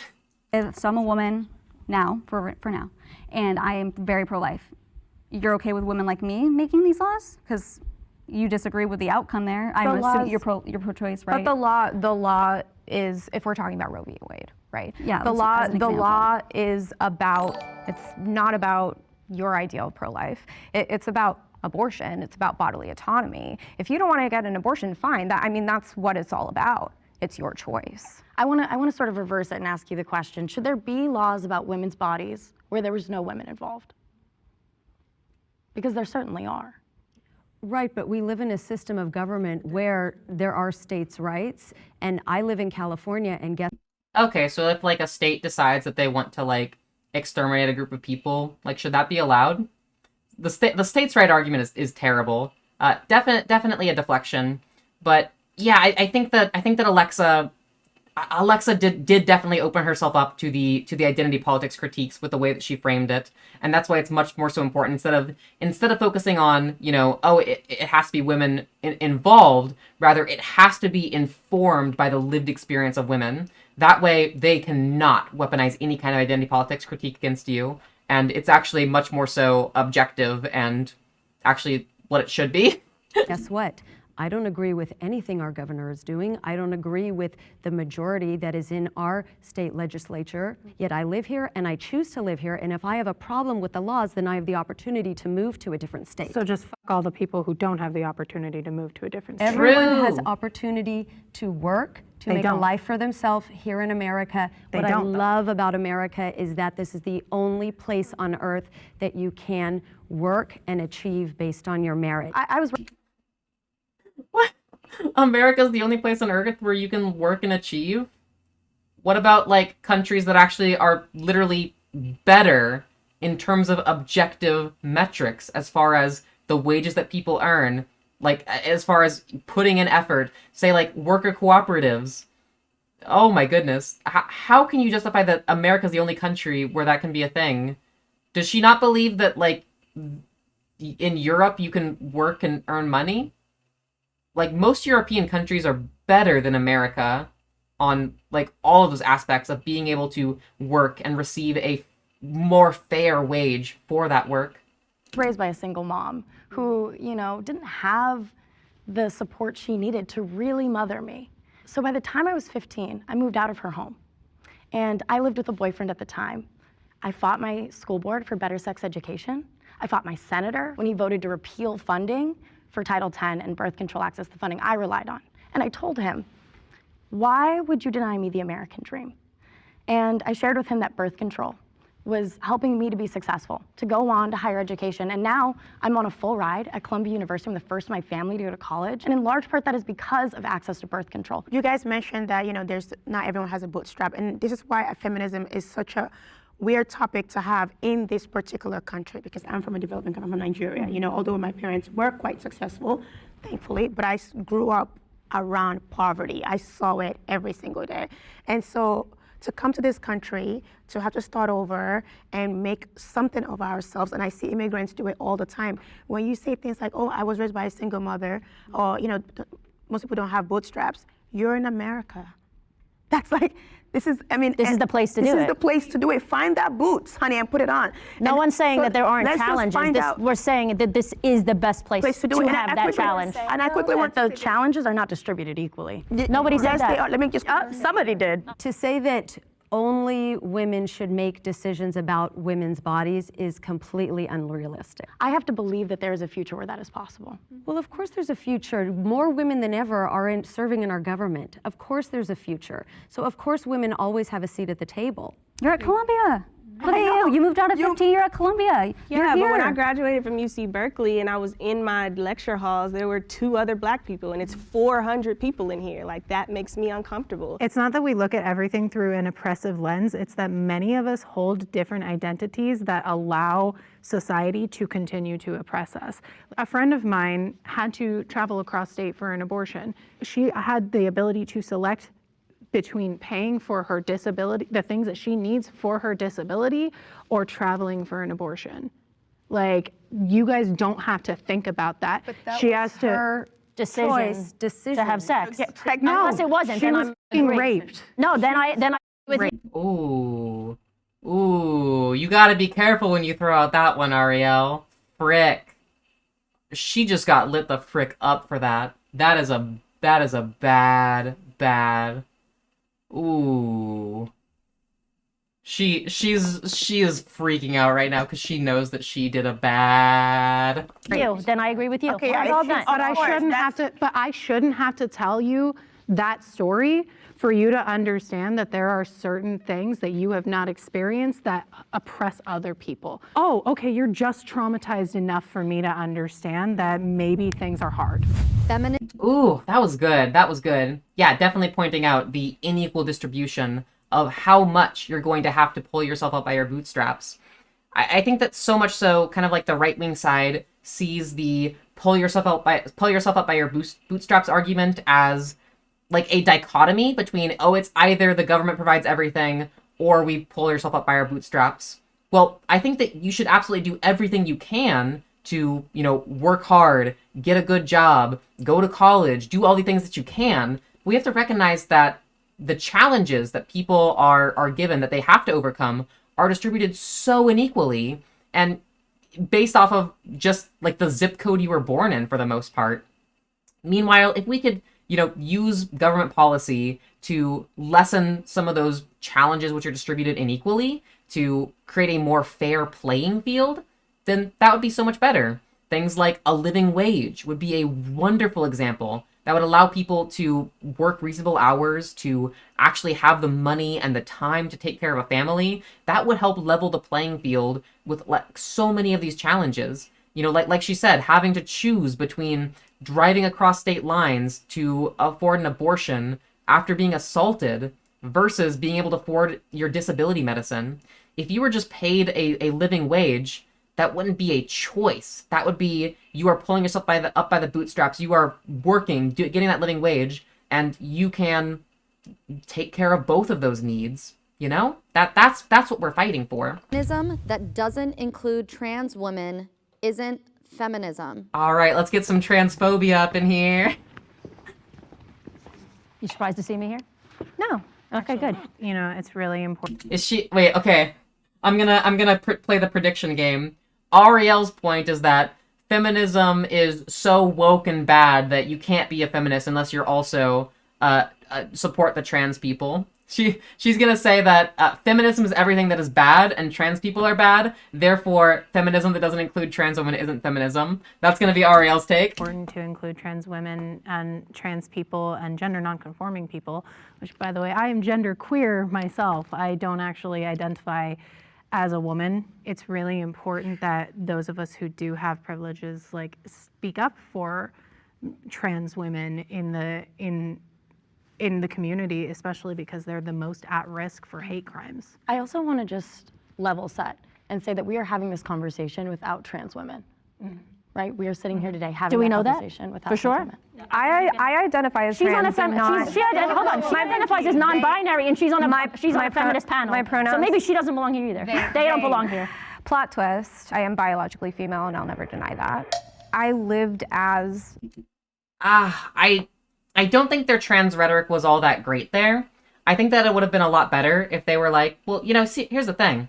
As feminists, we want equality between men and women. We want equality between people who are male and female. And to not include trans people in that equality on the basis of them being men or women or male or female, that would be anti-equality. That would be anti-feminist. So yeah, feminism absolutely does include trans people.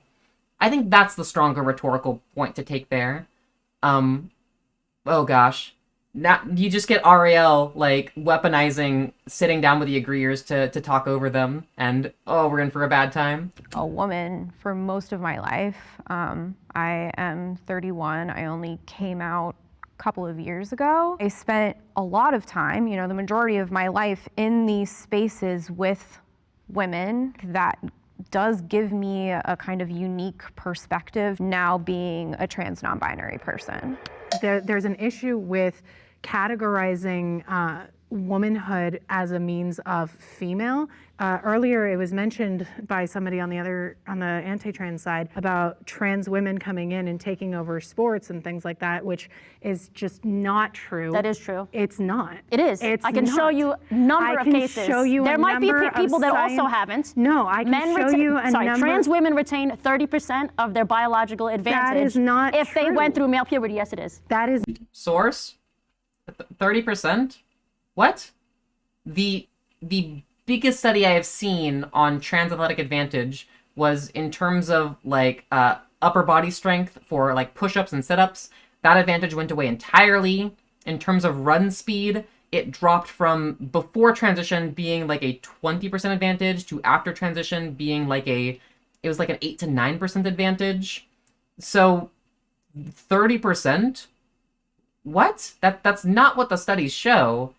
What the studies show is that in most like biological categories, they become completely in line with cis women, and then there can be some categories where there might be some leftover like slight advantage, but 30%, that is just not the case. It tends to be more the case that like a trans woman ends up being about at the same place that like a tall woman would be in terms of athletic performance. That's kind of just like how it ends up if you actually look at the scientific studies. So citation needed on that 30% number. Yes, it is. That is not. Let's not argue it. That's not even the prompts. We're not going to argue about that. Because you're wrong. If you are a trans woman, tell her citation needed. You gotta tell her citation needed. And you walk out in the world and you are seen as a man, you do not belong in women's spaces. I don't care what anybody says. I think that's ridiculous, and I think even trans women that have gender dysphoria that go through transition will agree with me. This makes me so incredibly Oh, you gotta bring up the case of a butch lesbian. So like if there's a butch lesbian who's like walking through society and like most people see her as a man, like is she not allowed in women's spaces just because people see her as a man?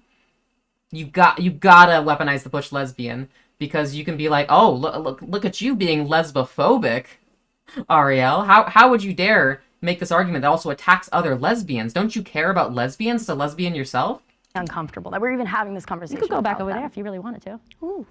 If we took all of that off the table, right? If we're not talking about who can play sports with whom, can people exist as who they are? Absolutely. It sounded like you were saying if a trans woman doesn't look like what you perceive as looking like a woman, they shouldn't be in feminist spaces. I didn't say that. I said they shouldn't be in female spaces. Okay. Not feminist spaces. Okay. I think women I disagree with that, but That's okay. fine. It makes sense to biologically. You have to bring up the butch lesbian example. You have to bring up the butch lesbian example. You're so close, Alexa. You're so close. If you have the butch lesbian example, you've got her. Classify people. It also makes sense to socially classify people. Let's say my friend Blair White was sitting right here. It's my buddy. I love her. She's sitting right here. Do I think she lives her life as a man? No. Like we were talking about men making decisions for women as far as abortions are concerned. That's something she'll never experience. There are women who biologically cannot produce. There are females, people assigned female at birth, who Yes. biologically cannot produce. Are you saying that those female women should not be able to have say in those laws That's either? not what I'm saying at all. I guess my main issue with trans women. Wrong example. If she was bringing up something about like you have to be able to produce a kid to be a woman or something, that's when you bring up that example. If we're talking about you have to be perceived as a woman to enter, say, female spaces, you have to bring up the example of butch lesbians that are perceived as men, because they exist, and Ariel's argument would ban them from women's spaces. So, oh my goodness. Wrong example. Being seen as women and not being seen as trans women is they're changing the definition of women and expecting everybody to go along with that. And that affects me, yes they are, and that affects me directly. You say trans women are women are trans women. It's a very different experience. Trans women are women. Oh my gosh. She says trans women are not women because trans women are trans women. Well shoot, I guess tall women aren't women because they're tall women. I guess cis women aren't women because they're cis women. I guess black women aren't women because they're black women. Girl, that's just how adjectives work. Conservatives always struggle with parts of speech. Every single time. Oh my goodness. We're just going to agree to disagree with that. If you ask feminists at a women's march what a woman is, they can't even define it. How can you protect something and empower something that you don't even know the actual definition of? Alexa gave you a definition of woman. Alexa literally gave you a definition of woman. Like a self-perception of one being a feminine gender. That was the definition that Alexa gave. She gave you a definition. Why are you complaining? Oh my goodness. Well, I will say J.K. Rowling calls herself a feminist and was canceled for not being pro-trans, which is kind of overtaking and reversing some of the work feminists have done in the past. She's a billionaire. Well, they criticize She's her. Fine. No! Stop the bad criticisms. Stop the bad criticisms. I'm getting frustrated. Alexa started off so strong, but now... Okay. So when somebody says J.K. Rowling's a feminist, even though that she doesn't like trans people, what you're supposed to bring up is J.K. Rowling repeatedly props up anti-abortion organizations. She repeatedly props up people like Matt Walsh who want to enforce rigid patriarchal gender hierarchies between men and women. She props up people who are so profoundly anti-feminist with her billionaire platform. That's what you gotta bring up.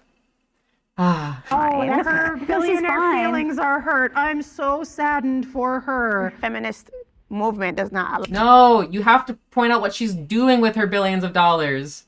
I'm so disappointed. Allow anyone to have any other opinions but what you guys But what think does is that correct. mean, though? Because she's So allowed to have that opinion, and she's... Also, J.K. Rowling props up anti-gay organizations, anti-lesbian organizations, things like that.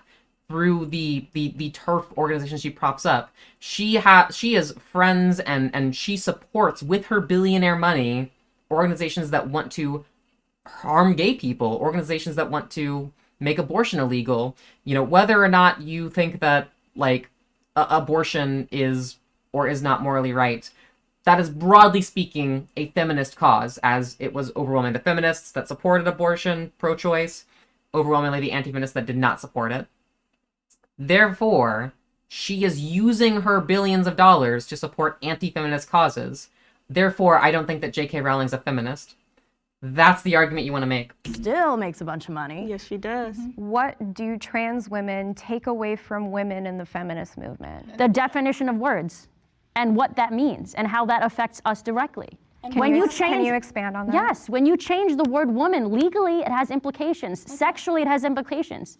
But the word woman directly has changed throughout histories throughout different cultures. Indigenous people have had different genders, different ways of looking at gender. The Torah specifically has 8 different genders, and we have recognized that for over 3,000 years. You're denying anybody's culture that does not agree with your perception and your worldview because you hold so highly onto your identity and you see it as an attack on who you So do are. all of On sexual orientation. feminists as a But whole, it's though. nothing to do with sexual It has exactly to do with sex. When you change the word woman and a lesbian is a woman that is attracted to women, how is that not directly affecting us?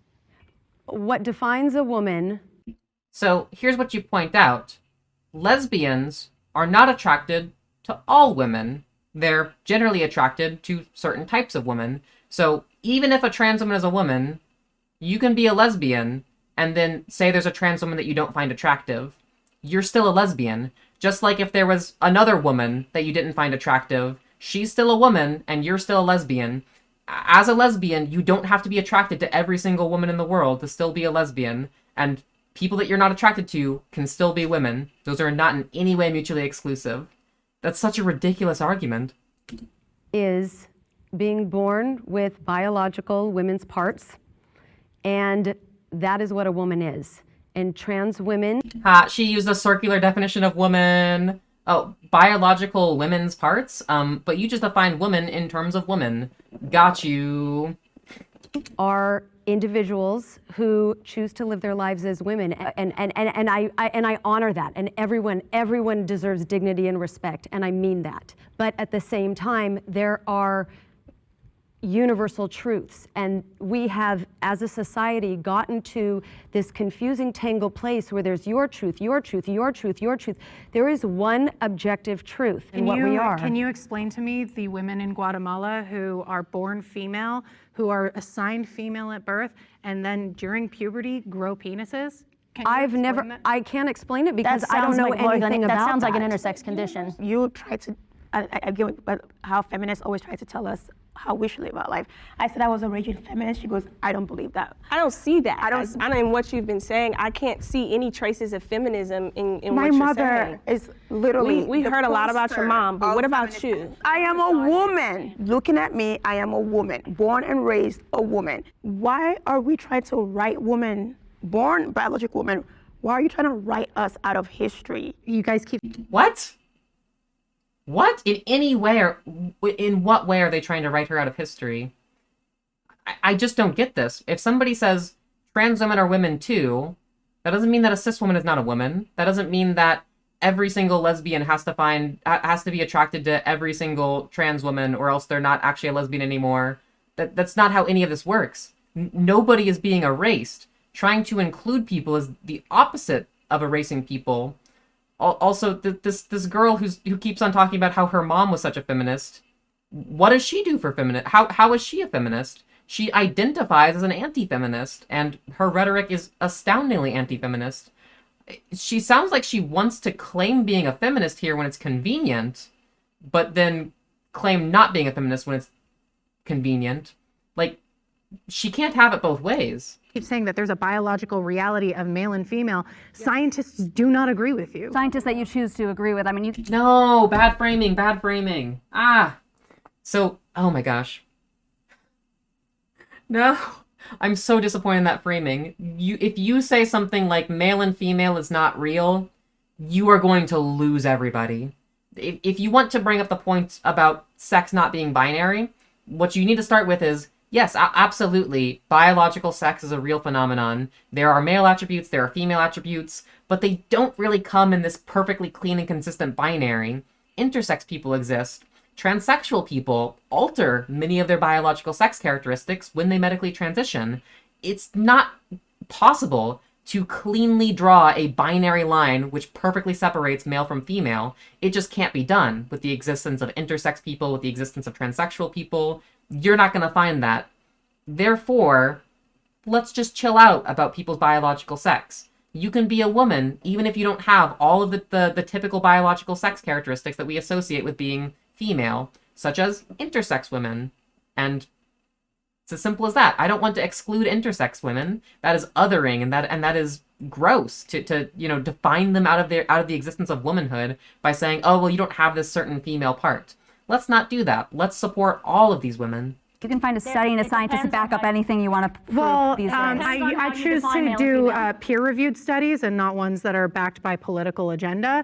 And I'm sorry that my peer-reviewed studies tend to agree with the fact that trans women are women and that biology, it does not exist in a binary. Never has and it never will. I secretly crave men's approval. Yeah. Men's approval has kept me safe in so many ways. Being desirable, being fuckable has kept me safe many a time. And it's no secret. I guess that's where I disagree. It's no secret that sometimes men's approval is what stands between me and safety. I firmly believe that the reason why I waited so long to come out with my transness is because I was afraid of losing male approval. It is so embedded into our society. I really pushed myself to present in a way that wasn't authentic to me for men.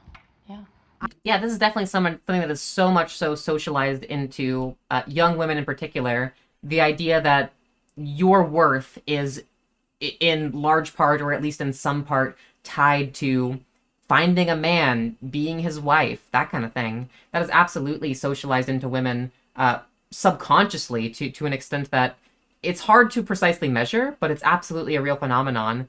And, addressing kind of these unequal gender relations would help to avoid people being inauthentic just to appeal to what, say, a man wants, and rather people being their authentic selves and finding the types of people that they both mutually enjoy each other and mutually take care of responsibilities together in a way that meets their needs and meets their ability the best they can. I'm trying to unlearn this very actively and trying to fight for nobody's approval but myself. Because it's not even that I should have men's approval or I should need men's approval or women's approval. I should need my own approval. Yeah, and I think, this prompt might be surprising for some folks to see us sitting here. Yeah, because we're so feminist, sure. but But it's a reminder that this work doesn't happen in a vacuum. And that because I am implicated in what is happening, right, in the issues, I am implicated in the issues, that's why I do the work. Yeah. Because I am impacted by them. Yeah, good point. Definitely you can also bring up the idea of implicit bias and how marginalized people often internalize implicit bias against themselves. Especially talking about girls that internalize, I need to appeal to a husband so that I can have value as a woman in society. That is an implicit internalized bias against women. The idea that women have to have a man to depend on, yet internalizing that yourself. There are absolutely ways that trans people internalize transphobia against themselves. There are absolutely ways that Black people internalize racism against themselves. And yeah, it's something that is good to be cognizant of, and it's definitely a good reason to fight to address these socioeconomic systems which cause that kind of implicit bias to form in people, that cause explicit bias, systemic bias to manifest and cause real harm to people, to disenfranchise them socially, economically, in ways that we can address as a society, as a culture, with economic policy, with all of these things. I think that what they're going to say is they're not secret about their desire to receive men's approval, and that's why they disagree with the prompt. So I think that the anti-feminists will be like, yeah, of course I crave men's approval, but I'm not secret about it like you cowardly feminists. That's my prediction. I've never thought of a moment where I thought to myself, oh, I wish that man would find me sexy because I feel so empowered in myself. I always dress like this from head to toe, covered usually from head to toe. And ace moment or lie? Is this an ace moment or a cap? You decide, chat. That sounds like something that an asexual person might very much say. But for people that are allosexual, they tend to like feeling sexy. That tends to be a case where being desired, it feels nice. It does feel nice. never I don't think I've ever experienced a moment, perhaps subconsciously, but I don't think I've ever. And, you know, I think that's also why, you know, with my platform now that I switched from a raging feminist to femininity, which I was, and you can't tell me what I was and who I was. I had the shaved head, the armpit hair, all of it. Did you really? Yes, I did. And when I went from that to that, now I teach women how to like dress modern and cover up and be feminine and soft and all of that. Who are you dressing modern and modest for? For myself, because it empowers me. I am Nigerian first and foremost, and because of that, in our culture, we've always been very modest. We didn't even have a word for it. It's just that's how women dress. We layer on top of layers on top of layers. And I remember when I first. That's actually a really good point from Hawkerino. I was such a feminist, I looked like a feminist. If her idea of what feminism is presenting yourself androgynously, it's a very shallow view of feminism, isn't it? The idea that, oh, feminism means that I'm going to masculinize myself in order to be androgynous, and that's how I fight the patriarchy, by becoming more masculine or whatever. That's a very, very shallow view of feminism, and yeah, definitely good to point out. You know, became a feminist and like moving, and I would show skin. I always felt so uncomfortable. Why did you feel uncomfortable with showing your skin? I'm not saying that that's wrong. I'm just asking out of curiosity why you felt uncomfortable, like what the root of that discomfort was. Because it's not who I am. But I also think I'm not my skin. I don't know. That's kind of weird. I think she means to say more like showing off my body is not who I am, but it's kind of a funny way to phrase that. be denying reality if we said when we put clothes on the morning, we didn't think about the way that we would navigate the world in them, right? The way that people would perceive us and think about us. And it's definitely worth noting that, like, you know, clothing choices are also about access to power, access to moving through spaces, being seen as acceptable in certain spaces, right? Like covering up, not necessarily because you feel like that empowers you, but covering up because it's a sense of safety. Like so many, like one of the things that we have to, with my job, we have to correct officers on, like when an assault victim comes forward, like they're not allowed to ask what were you wearing, like, but that's because it's very bad. It's very it's very dehumanizing because it implies that It was their fault. that it was their fault. I think we can all agree on that. Yeah, I just don't really care about men. Like, men are not a part of my day. When I wake up in the morning, I think about how to be the baddest bitch, how to step into myself. So if that's looking like you from head to toe or showing a little cleavage, like it's gonna be what it is. And men are gonna like, the men I attract, they like me because I am like no one else they've met. Like they've never really experienced this new person. It's like you don't know what their approval is. Like, especially when it comes to things like race and preference, and like nothing that I do is gonna really be approved by men ever. So I might as well just do me. But I do just want to say that men's approval, once again, it's not just about if they want to date you or marry you or have sex with you. It is about if they want to hire you, if they want you to be a part of their organization or their school. And so when we talk about...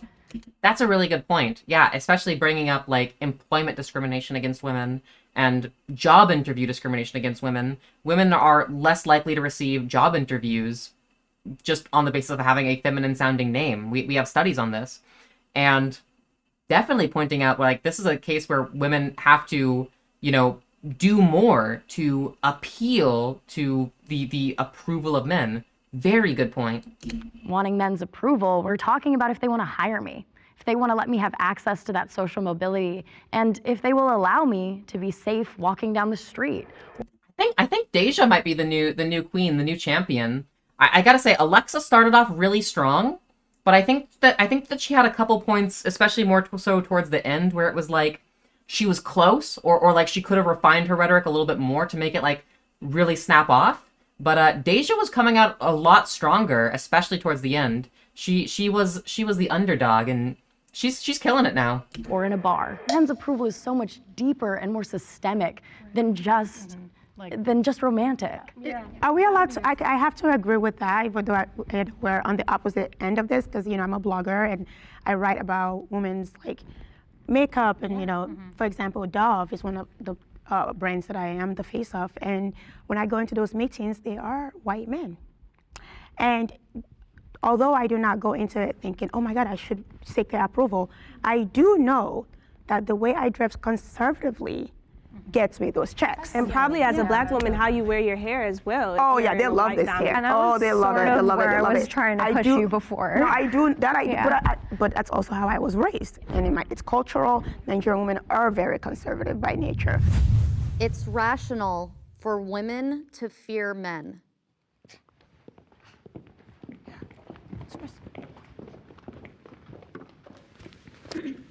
Yeah, I mean, just look at the statistics. That is absolutely rational.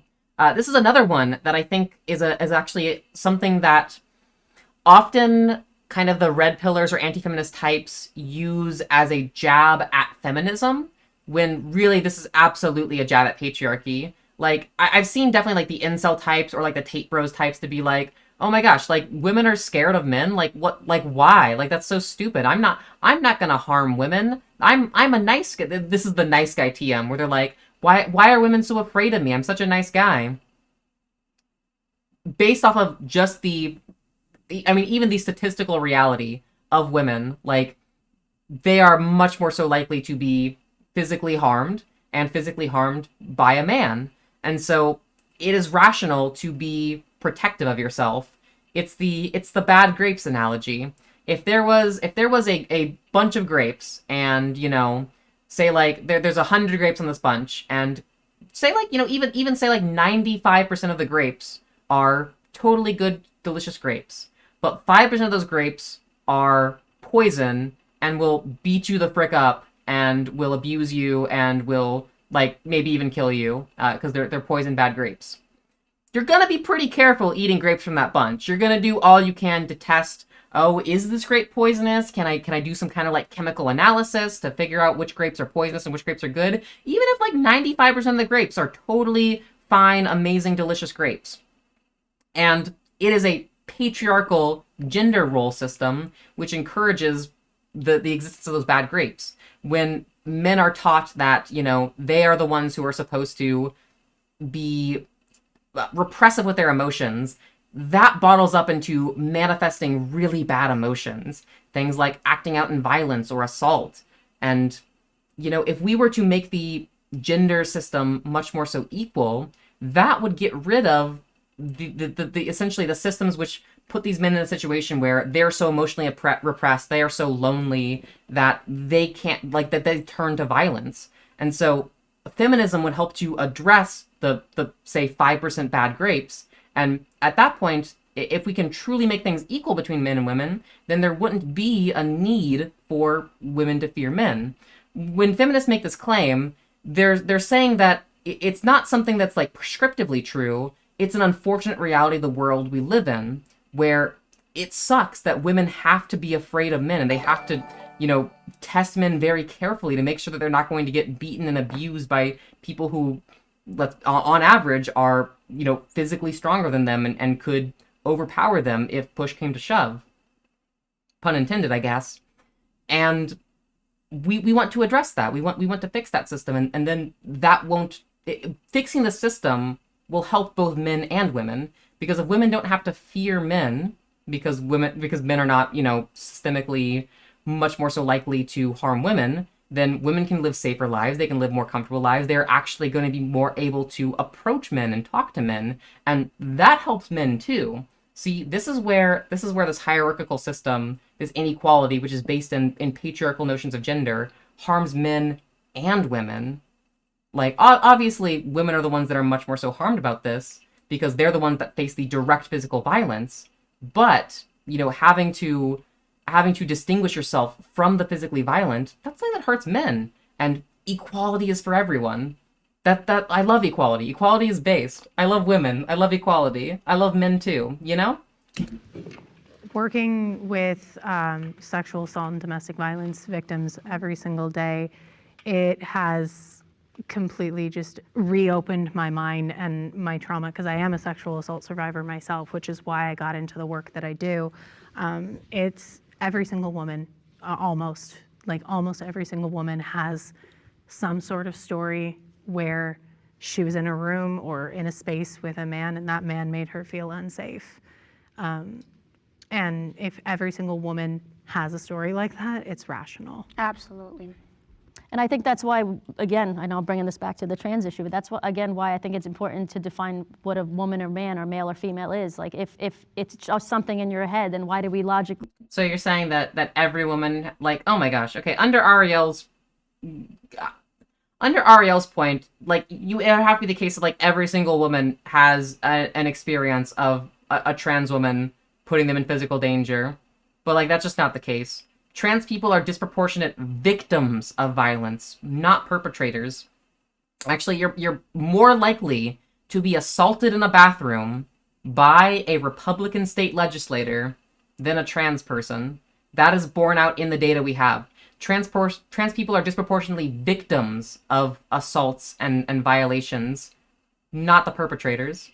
Have to be afraid of that specific thing if it's just something, a gender in your head. So there are biological differences that can make us fearful or make men react certain ways that are different than women. Yes and no, but there's testosterone there's absolutely a different perception of a trans woman than. Did she just say testosterone levels? We're talking about trans women. These would be people who are predominantly taking estrogen and testosterone blockers. What? Oh my gosh, she's like, women have to fear men because of testosterone. Therefore, they should also fear trans women. Trans women are not taking testosterone. My girl. A man. Like, in my experience, when women are in the same room as trans women, they're not as fearful of, like, oh my God, this person could assault me, because the likelihood of trans people assaulting women is so small. Good, yeah, definitely bring it back to the empirics, because you can make the argument that it is rational for women to fear men just based on the data. And if you're making the argument based on the data, then it's not rational for women to fear trans women, for like cis women to fear trans women, because trans women are disproportionately victims, not perpetrators of crime. It's practically And there's a reason for there's that. a reason for that. I agree with that. Isn't it? Actual trans women. My point. Trans women, period, not actual or inactual. No, there is a thing. People that are claiming the trans identity but are not That's trans. against the prompt. That's true. Men are not only scary because of their biological difference, they're stronger, whatever, right? Some of the violence is that men can be abusive, harmful, and get away with it. It's the systemic power. It's the systemic power that You're is right. scary. The reason that 90% of sexual assault cases go unreported is because of, like, roughly the 8% that are reported, only 2% of them actually face consequences. And we seem to I think we all agree on agree. that. Yeah. Everyone agrees. Right. Some of my deepest, I honestly would say probably my deepest trauma is actually not my physical sexual assault. It was the manipulation that I faced After. in the workplace by someone who was not necessarily physical with me, but they manipulated me. They used their power to paint me in a light and push me out of that job that I loved. I'm so sorry you experienced that. I agree, like, the stats will say a trans woman, which I would say is a man, a trans woman, it is less likely, like very unlikely to attack. But it's not even, it's really kind of the principle. It's like, but if they were to, they would beat me up. But then I'm going to take that one. Okay, and that's a crime. That shouldn't happen, and they should be prosecuted. So, what? That's not rational. That's just playing what if. The question about whether or not it's rational is playing what if rational? Are we just playing pretend? I would love it if they got her on the point of, well, the problem is about if it's rational to fear, and you're just playing a game pretend. That's not very rational. One step further, which is that if they were to, and then the police were to come, what would their experience be like versus yours as a white woman? I'm not talking about the cops. It's just me and But the trans cops are woman. a factor. I actually hate the cops. Just saying. I don't like cops. She was the last person I would have expected to come out with the ACAB train. What? All right. Broken clock, but hey. If you see a male person and you see a trans woman. Female bodybuilder is another really good example. Thank you for that one, Bucket. Yeah. We can talk about, Well, if we're playing the game pretend and you're assaulted by a female bodybuilder, they'll beat you up worse than the average trans. I mean, these people don't even know what actual trans women look like. Like, trans women, we have dainty little nerd arms. Like, come on, we have that tiny waist. Like, do you think I'm gonna beat someone up in a bathroom? It's not happening. I would get beat up, like, if I was in the bathroom. Come on. You ever like arm wrestled a trans woman? Trans women, you lose so much muscle mass from estrogen and from transitioning. Also, it's predominantly not like big beefy dudes who then transition to become women. It's predominantly weak little nerdy people who are now weak little nerdy girls. I could not beat you up, I promise. Like, what does that have equal amounts of fear for you, or is there a difference? So my thing, I'm trying to focus in on a trans woman wants to beat me up. Why are trans women wanting to beat you up? No, that's not good. I'm saying hypothetical. It's a hypothetical. I'm just saying, like, can we all agree that I would get my ass beat? But I'm saying. Well, yes or no? I mean, yes, maybe, so but then. No! You gotta talk about how trans women are tiny, weak little nerdy girls. Like, overwhelmingly. I don't think a trans woman's gonna beat you up.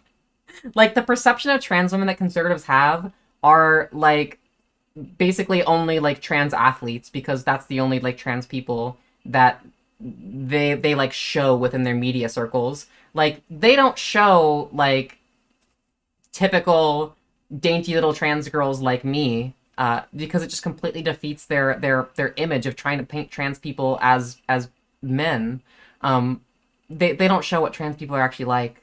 Like, honestly, I don't even think I could beat that woman up. I don't think I could. Oh my goodness. Like, I really wish they brought up the female bodybuilder example. That was such a good example, Bucket. How would the experience be outside of just that Why are we hypothetical going- I'm vacuum? not talking about No, this. I want to finish my thought because That's not the prompt, though. No, but it is the prompt because we're talking about, we can't talk about this in a hypothetical vacuum. What's the prompt? The prompt was that it's rational for women to fear men, but you're bringing in trans women when the discussion is men. It's not about physicality for me. It's about power. And that's what I'm saying. Yeah, is that, and that's what you are and saying. that's what I'm saying. I'm so glad they did not let her get a retort. But I think that trans women are men.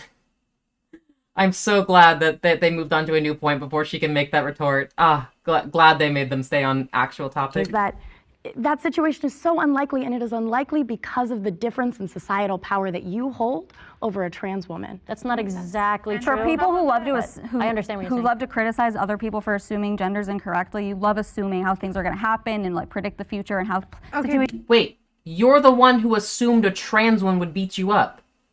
She was the one who was assuming from the get-go. Oh my gosh. play out and how I'm treated by everyone else. Well, you're hypothetical. That's a hypothetical. You're also assuming what would happen to me. Why are you like? You were the one assuming that a trans woman was gonna beat you up, and that the trans woman wasn't gonna look like some dainty little nerd like Naomi. You're assuming they would beat you up. Thank you. Yes. You're assuming a trans woman would beat you up. We'll be specific. A male. Male. Yes. Okay. Better. That's all I'm When it saying. comes- You want to avoid answering that part and going to this bigger, broad What's thing the to question? avoid. If there's a biological man, a trans woman.